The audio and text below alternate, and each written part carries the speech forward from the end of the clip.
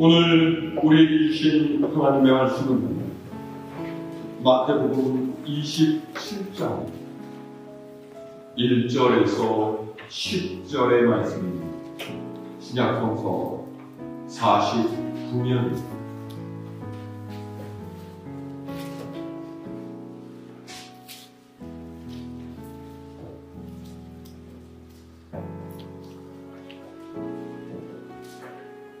봉독하겠습니다. 새벽에 모든 대제사장과 백성의 장로들이 예수를 죽이려고 함께 의논하고 결박하여 끌고 가서 총독 빌라도에게 넘겨주니라.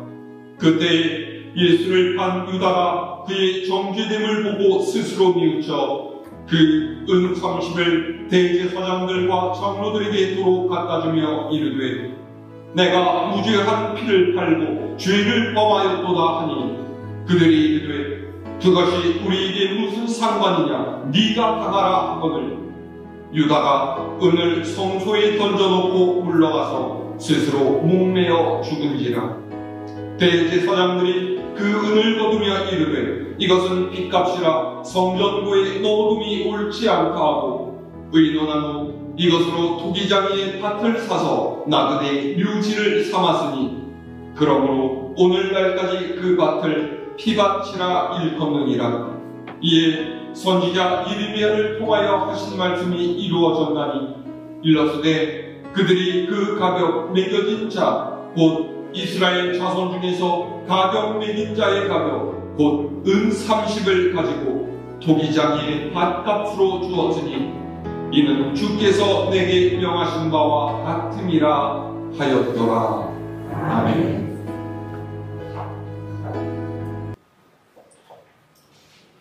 성경에는 파란만장하고 극적인 인생을 살았던 수많은 인물들이 등장하고 있는데 오늘 말씀의 주인공인 가롯 유다 또한 그중 빠질 수 없는 한 사람일 것 같습니다. 그의 이름 앞에 있는 이 가룟이라는 말은 본래 발음으로 하자면 이스카리옷이라는 이름으로 예루살렘 남쪽의 지명입니다. 그러니까 가룟 유다라는 이름은 이스카리옷 출신 유다 이런 뜻이죠. 다른 제자들이 북쪽 갈릴리 출신인데 비해서 그는 남쪽 유다 출신이요 제자들 중에서도 똑똑하고 계산에 밝았던 것으로 보입니다. 그래서 그는 예수님의 사역에 필요한 재물을 담당했고 제자 공동체의 살림을 책임졌습니다. 그러니까 가룟 유다는 베드로와 야고보, 요한처럼 예수님의 수족 같은 인물은 아니었지만 나름 제자들 사이에서는 신뢰를 받는 중요한 인물 중에 하나였다라는 거죠. 하지만 그는 예수님과 동료들을 배반했습니다. 겟세마네 동산에서 기도하시는 예수님께서는 가룟 유다를 앞세운 유대인들과 로마 병사들에게 붙잡히셔 그날 밤 즉시 대제사장의 집으로 끌려가 재판을 받으셨습니다. 그리고 예수님께서는 그곳에서 자신이 하나님의 아들 그리스도이심을 밝히시고 하나님과 같은 권능을 가진 분이시라는 사실을 선포하셨죠. 그러자 이 말을 들은 사람들은 분노했습니다. 왜 분노했습니까? 그들은 예수님께서 자신을 하나님의 아들이라고 하신 것을 신성 모독이라고 생각했어요. 그들의 생각에 하나님의 아들이란 뭔가 좀 더 엄청나고 대단한 존재여야 했죠. 하나님께서 보내어 주실 메시아는 이렇게 보잘것없이 보이는 사람은 아니어야만 했어요. 하나님께서는 구름 위에 옥자에 앉으셔서 천군 천사들의 호위를 받으면서 세상을 주관하시는 아주 위대하신 분이신데 그 아들은 초라한 시골 랍비랍니다.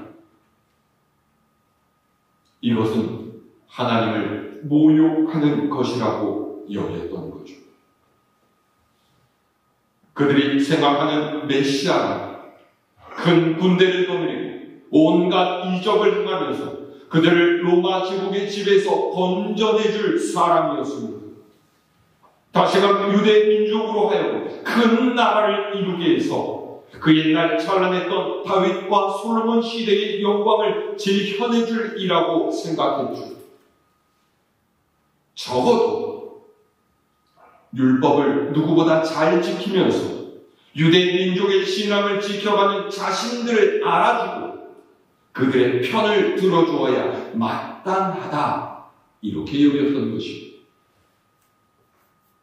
그런데 예수님께서는 이 사람들의 기대, 사람들의 생각과는 너무나 다른 분이었어요. 그래서 사람들은 그들이 생각하기에 말도 안 되는 소풍을 치는 이 시골 랍비를 향해서 폭력을 휘둘렀습니다. 침을 대고 욕하고 조롱했죠. 그리고 이런 분위기 속에서 대제사장들과 장로들은 예수님을 죽이기로 결의했습니다. 자, 오늘 말씀은 여기서부터 시작합니다. 1절에서 2절 말씀을 함께 읽어볼까요? 시작. 새벽에 모든 대제사장과 백성의 장로들이 예수를 죽이려고 함께 의논하고 결박하여 끌고 가서 총독 빌라도에게 넘겨주니라. 아멘. 대제사장과 장로들은 예수님을 공식적이고 공개적으로 처형하기 위해서 유대 총독인 빌라도에게 넘기기로 했습니다.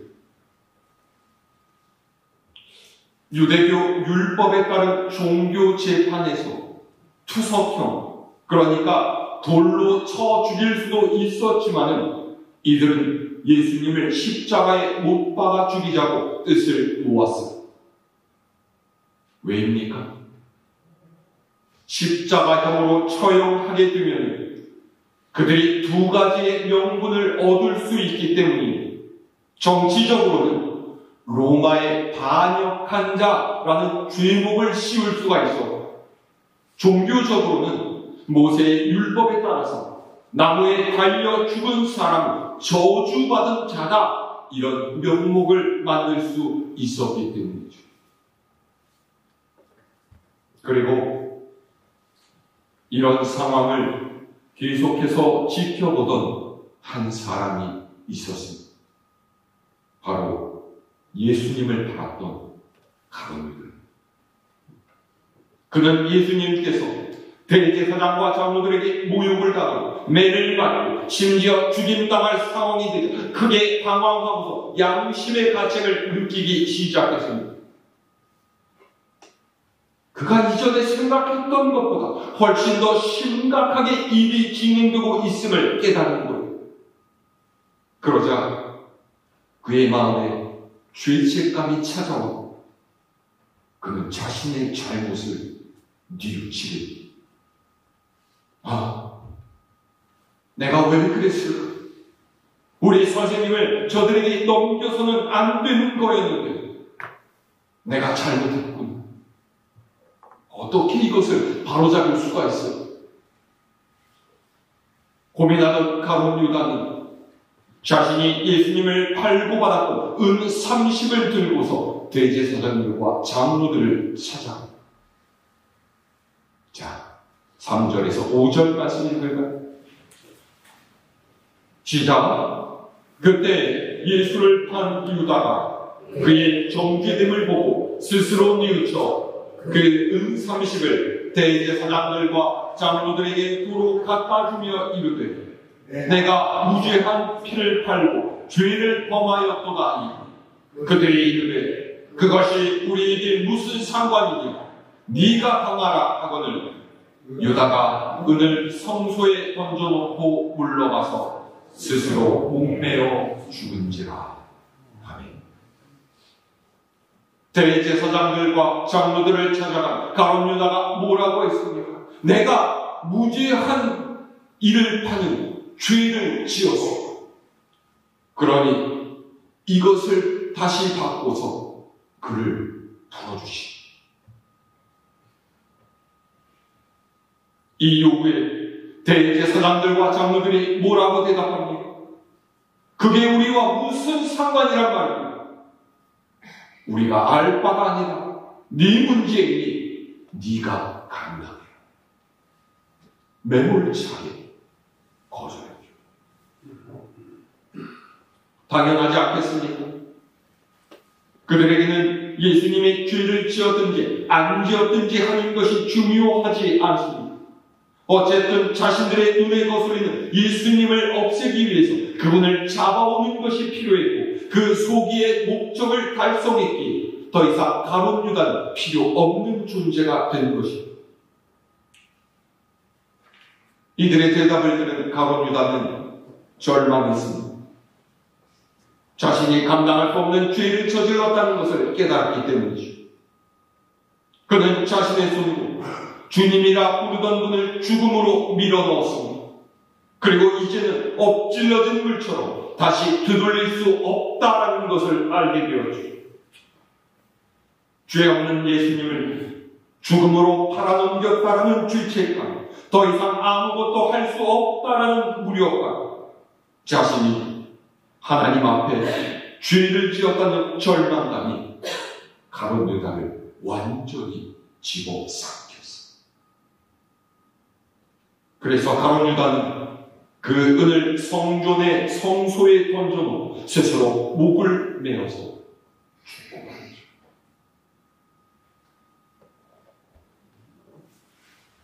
가룟 유다가 나간 후에 대제사장들은 그가 성소에 던진 은을 어떻게 해야 할까를 의논했습니다. 자, 6절에서 8절의 말씀 읽을까요? 시작.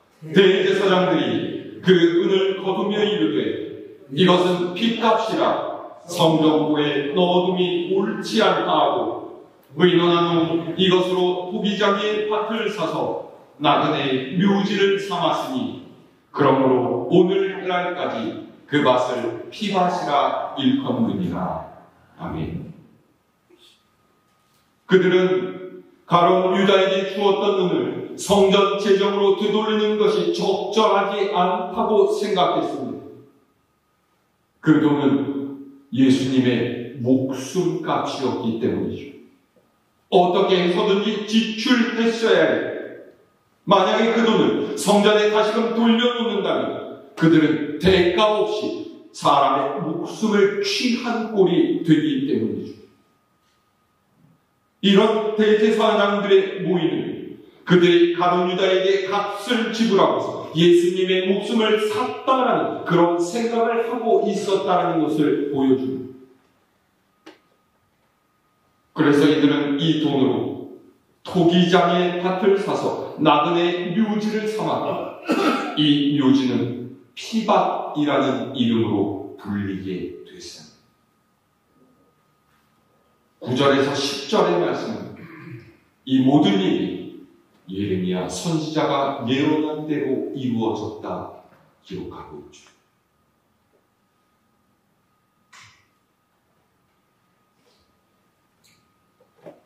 오늘 말씀 제목이 셈. 무슨 뜻입니까? 계산한다라는 것이죠. 우리는 누구나 셈을 하면서 살아갑니다. 다른 말로 하면 자기 이익을 헤아리면서 산다는 것이죠. 그런데 바로 이 셈, 계산하는 것이 우리 중심에 들어오고 우리 마음을 차지하게 되면 우리의 삶이 어그러집니다. 사람보다 셈이 중요해지고 하나님보다 셈이 중요해지고 사람은 악해지고 죄를 범하게 됩니다. 보십시오. 유대 대제사장들과 장로들에게는 늘 속셈이라는 게 있었습니다. 이들은 무엇이 자기들에게 유익이 되는지를 늘 생각하고 있었죠. 그래서 모든 일을 수임하고 그것에 따라서 행동했습니다. 자신의 목적, 자신의 유익을 위해서 계속 사람을 이용했던 거예요. 가장 먼저 그들이 수임을 해보니까 예수님은 그들의 이익에 방해가 되는 사람이었습니다. 그렇게 그들은 예수님을 없애버리려고 했죠. 그런데 그렇게 하기 위해서는요, 적절한 명분과 도움이란 게 필요했고, 그래서 그들은 가룟 유다를 이용했습니다. 그를 통해서 예수님을 체포하고 제자마저 배신할 수밖에 없고 이런 큰 죄인을 처형한다라는 명분을 얻었던 것. 그리고 가룟 유다의 효용이 다하자 그를 가차없이 내버렸습니다. 또 그들의 손을 더럽히지 않기 위해서 예수님을 처형해주고 이후에 비난을 감당해줄 사람을 물색했습니다. 그래서 등장한 이가 누구입니까? 빌라도예요. 그들은 평소에 사이가 좋지 않았던 유대 총독 빌라도의 손을 잡고 예수님의 십자가형을 지었습니다. 이렇게 그들은 철저하게 수임하는 사람들이었습니다. 수임에 따라서 행동했고 수임을 따라 다른 일을 이용했죠. 심지어 이들은 가룟 유다가 예수님을 팔고 받은 돈으로 나그네의 묘지를 만들었습니다. 아마 이들은 이 일을 통해서 사람들로부터 선한 일을 했다고 칭찬을 들었을 것입니다. 살인을 위해 사용한 돈으로 자선 사업을 했고 그 자선 사업마저도 자기들의 명성을 얻는 도구로 활용했고, 놀라운 것은요, 가룟 유다 또한 수임을 밝히는 사람이었다라는 것이죠. 요한복음 12장 4절에서 6절의 말씀은 바로 이런 가룟 유다의 모습을 보여주고 있습니다. 제가 읽어드리겠습니다. 요한복음 12장 4절에서 6절의 말씀입니다. 제자 중 하나로서 예수를 잡아줄 가룟 유다가 말하되 이 향유를 어찌하여 300데나리온에 팔아 가난한 자들에게 주지 아니하였느냐 하니, 이렇게 말하면 가난한 자들을 생각함이 아니오 그는 도둑이라 돈괴를 맞고 거기 넣는 것을 훔쳐가니라. 아멘. 이 말씀은 베다니에 사는 나사로의 동생인 마리아가 예수님께 값비싼 향유를 부었을 때 있었던 일을 기록한 대목입니다. 가룟 유다는 마리아에게 값비싼 향유를 왜 이렇게 낭비하느냐 책망하면서 이것을 팔아서 가난한 사람들에게 나누어주는 것이 더 나았을 것이라고 비판했죠. 그러니까 가룟 유다의 이 말은 어차피 예수님께 바칠 향유였다라면 그것을 예수님께 부을 것이 아니라 제자들의 삶을 맡고 있는 나에게 주어서 그것을 팔아 가난한 자들을 돕는 더 뜻깊은 일에 쓰게 했더라면 좋았을 것이다, 이런 말입니다. 그런데 요한은 그 다음에 따로 설명을 달아놓기를 가룟 유다가 이렇게 말한 것은 정말로 가난한 사람을 돕기 위해서가 아니라 자신이 그것을 가로챌 생각으로 그렇게 말했다라고 이야기합니다. 어쨌든 이처럼 가룟 유다는 돈에 밝고 수임에 밝은 사람이었습니다. 하지만 그는 그 수임을 선한 일에 사용한 것이 아니라 자기의 욕심을 채우는 데 사용했죠. 아마도 그는 예수님을 처음 만났을 때에도 수임을 해보았을 겁니다. 내가 예수님의 제자로 살면 얻게 될 이익을 빠르게 따져보았기. 그런데 날이 갈수록 이 수임이 흑자가 아닌 족자가 되어가요. 그러다 보니까 어떤 생각이 들었습니까? 더 손해보기 전에 유대인들에게 예수님을 넘기는 것이 낫겠다, 이런 생각을 했던 거죠. 그런데 이런 가룟 유다의 속셈은 대제사장들, 장로들의 속셈과 만나서 파국에 이릅니다. 가룟 유다는 예수님께서 재판을 받고 빌라도에게 넘겨지는 것을 보면서 자신의 계산이 틀렸다는 것을 알았어요. 그는 자신이 감당하기에는 너무 큰 일을 저지르고 말았던 거죠. 예수님께서 그에게 베풀어 주셨던 사랑은 돈으로 계산할 수 있는 것이 아니었습니다. 의로운 자, 무죄한 자의 피는 돈으로 환산할 수 없는 것입니다. 하나님의 아들이신 그리스도를 배신한 이가 받을 심판은 돈으로 때울 수가 있는 것이 아니었습니다. 그는 그렇게 잘못된 수임을 했고 또 다른 악한 이들의 속셈에 휘말려서 모든 죄를 짊어지게 되었습니다. 뒤늦게서야 그게 뉘우쳤지만 이미 벌어진 이 일을 되돌릴 수는 없었습니다. 셈의 딸들 가룟 유다는 자신이 치러야 할 빚이 얼마나 큰 것인지를 곧 알아챘죠. 그래서 결국 그는 자신이 가지고 있는 가장 값진 것, 자기 목숨으로 이 빚을 갚으려고 했습니다.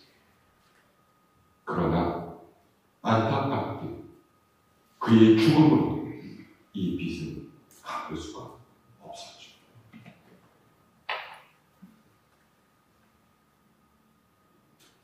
이 세상에서 가장 수임을 잘하는 존재가 있습니다. 수학 박사도 아니고 슈퍼컴퓨터도 아닌 바로 우리의 영적 원수인 마귀. 혹시 타짜라는 영화 보셨습니까? 화투로 도박하는 노름꾼들 이야기인데, 이 영화를 보면요, 도박의 고수들이 초보자를 도박의 늪에 빠뜨릴 때는 처음에는 몇 번 져줘서 이 초보자가 도박을 잘하는 사람이 된 것 같은 느낌을 주고, 그렇게 자신감이 충만해진 초보자를 꼬드겨서 점점 큰 돈을 걸게 하고 나중에는 그를 탈탈 털어서 한꺼번에 모든 걸 가져가고, 노름꾼들의 이런 수법이 마치 마귀가 우리에게 하는 것과 같습니다. 마귀는 누구보다 수임하는 것에 빠릅니다. 그들은 어떤 것을 주더라도 우리를 하나님께로 떨어뜨리는 것이 그들에게 유익이 된다는 것을 알고 있습니다. 그래서 마귀는 수단과 방법을 가리지 않고 우리를 하나님께로부터 멀어지도록 유혹하죠. 그런데 그들이 그 목적을 이루기 위해서 가장 잘 쓰는 방법이 뭔지 아십니까?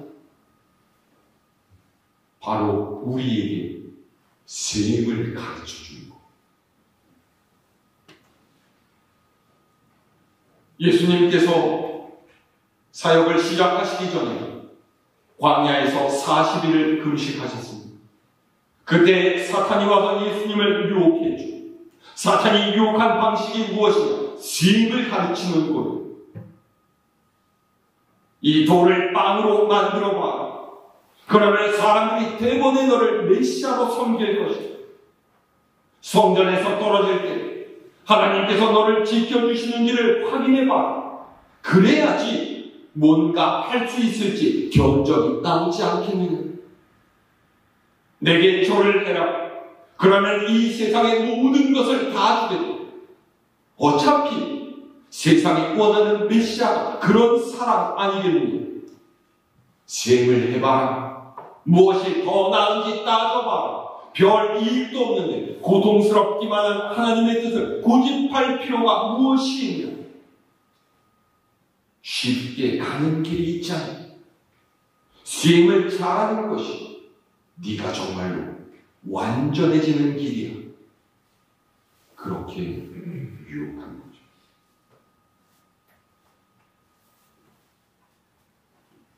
그런데 이렇게 수행을 생각하는 사람이 되면 결국에는 수행을 가장 잘하는 이에게 이용당하게 됩니다.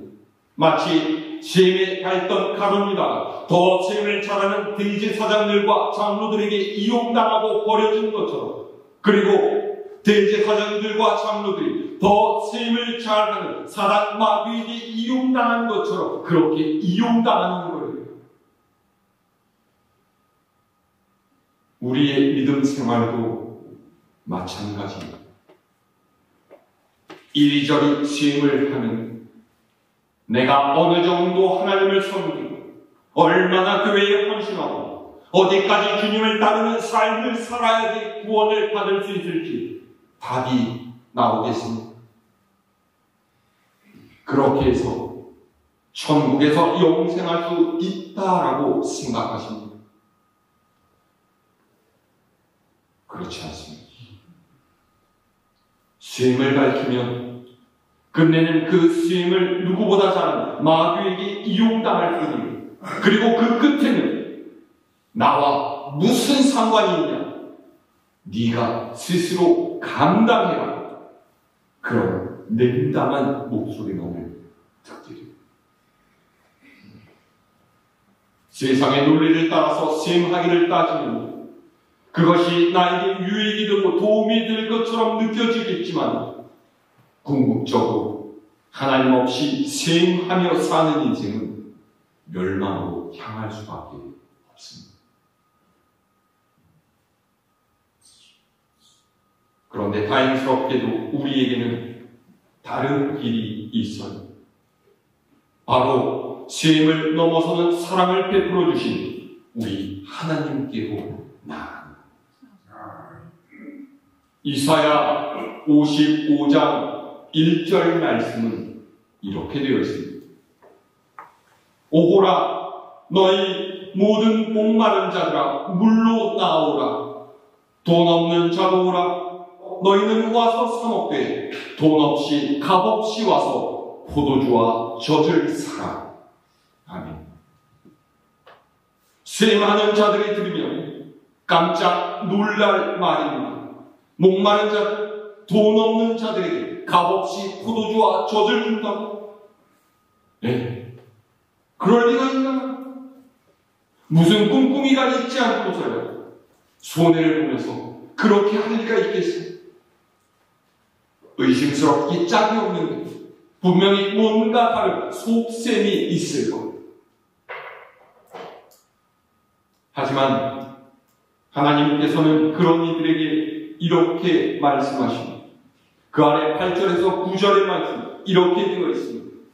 이는 내 생각이 너희의 생각과 다르며 내 길은 너희의 길과 다름이니 여호와의 말씀이니라. 이는 하늘이 땅보다 높음 같이 내 길은 너희의 길보다 높으며 내 생각은 너희의 생각보다 높음이니라. 아멘. 하나님께서는 우리의 수행을 넘어서시는 분이십니다. 우리의 생각과 길을 넘어서서 우리의 수행이 아니라 하나님의 뜻을 따를 때 그곳에 진정한 구원의 길이 있습니다. 하나님께서는 수행하지 않으십니다.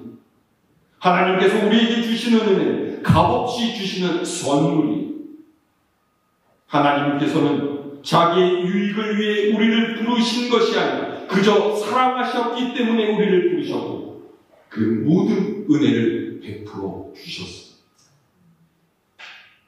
이 놀라운 은혜 안에 거하는 사람이 비로소 진정한 생명, 진정한 복을 누릴 수가 있습니다. 그리고 더 나아가서 예수님께서는 우리에게 이렇게 말씀하세요. 새 계명을 너희에게 주노니 서로 사랑하라. 내가 너희를 사랑한 것 같이 너희도 서로 사랑하라. 아멘. 죄임을 넘어서서 사랑하라. 죄임을 넘어서서 용서해라. 죄임을 넘어서서 품고, 죄임을 넘어서서 은혜를 베풀어라. 이것이 예수님께서 우리에게 주시는 새로운 계명이고 질서입니다. 이 세상은 우리에게 계속해서 죄임을 잘해야만 한다라고 가르쳐요. 죄임을 잘해야 살아남는다. 죄임 속에 두기가 있고 권세가 있고 영광이 있고 죄임 속에 사랑도 있다. 하지만 예수님께서는 우리에게 전혀 다르게 말씀하십니다. 죄임은 죄임으로만 한다. 죄임에는 자비도 금휼도 없다. 죄임은 뜻밖의 문제 앞에서 너를 무너뜨릴 것이다. 그러나 죄임을 넘는 사람은 너를 풍성하게 할 것이고, 죄임이 없는 진실한 말씀이 너를 올바로 세울 것이고, 죄임을 넘는 은혜가 너를 용서하고 구원으로 인도할 것이다. 가룟 유다에게 마지막 선택의 순간이 있어서 그가 죽기 바로 직전이었죠. 자신의 죽음으로 아무것도 갚을 수 없다라는 것을 깨달았다면 그는 생하기를 멈추고서 주님께 매달려야만 했습니다. 주님, 제가 저지른 죄를 어떻게든지 갚을 수가 없습니다. 저를 그저 불쌍히 여겨주십시오. 부디 저를 용서해 주십시오. 그렇게 그가 죄임을 넘어서는 금휼과 자비, 용서를 구했더라면 그의 인생이 비참한 죽음으로 끝나지는 않았을 겁니다.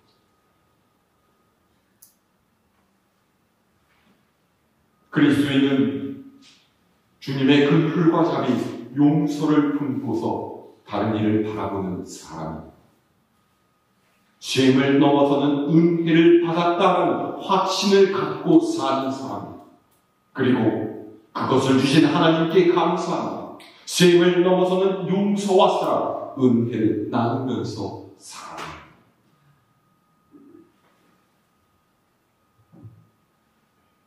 우리에게도 세상에서 살기 위해서 죄임이 필요합니다. 하나님을 바라보라는 말은 아무런 죄임도 하지 말라는 것이 아니, 죄임을 넘어서는 삶을 사는 것, 죄임을 넘어서는 하나님의 은혜를 기억하면서 사는 것, 죄임이 필요 없는 주님의 사랑 안에 거하는 것, 그것이 우리 그리스도인이 가져야 할 삶의 방식입니다. 주님의 고난과 부활을 묵상하는 사순절 5번째 주, 가룟 유다의 이 안타까운 삶을 기억하면서 시험이 아닌 은혜를 붙들고 살아가겠노라 하지만 여러분 모두가 될 수 있기를 우리 주님의 이름으로 축원합니다.